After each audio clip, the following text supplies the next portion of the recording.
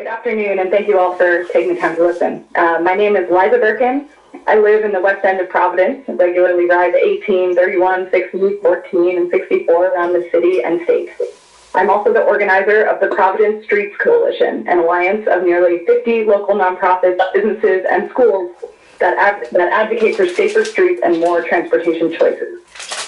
In June of 2019, the Providence Streets Coalition commissioned Myers Research to conduct a poll to evaluate perceptions and opinions of Providence voters towards non-car transportation options. Our findings were based on a survey of 600 registered voters 18 years or older who said that they would almost certainly or definitely would vote in the November 2020 general election. Calling them took place in June 2019, and interviews were conducted by bilingual professional interviewers supervised by Myers Research Strategic Services. So here are some of the findings. The voters are frustrated by traffic congestion and ready for more transportation options. 68% believe traffic and congestion in Providence has gotten worse, and half believe the city is spending too little on transportation infrastructure. 58% of people said that they would like to ride a bicycle more often, and that combining bicycle use with public transportation is easy.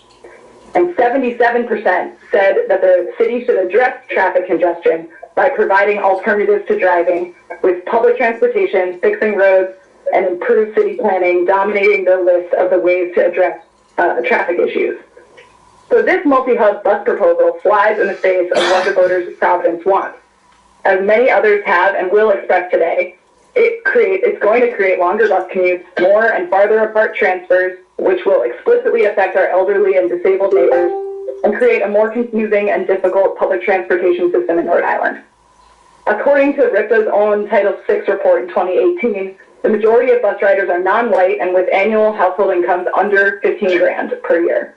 So why, in the middle of this global pandemic, uprisings over systemic racial injustice, and the climate crisis, is the state seeking to make transportation harder for the people who rely on it?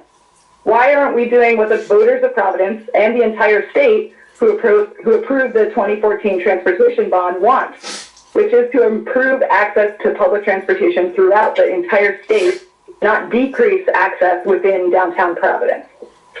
Expanding bus operations at the train station, Innovation District, and around the state is wonderful and welcomed, but doing so without public input and in a way that eliminates a central bus hub where 100% of transfers are accommodated is unacceptable and a foolish use of these precious funds, as well as all of our time and energy. There are so far 440 petition signatures against this project from the Rhode Island transit riders. I hope you will listen to them and halt this project until transit riders and the public can be adequately involved. Thank you.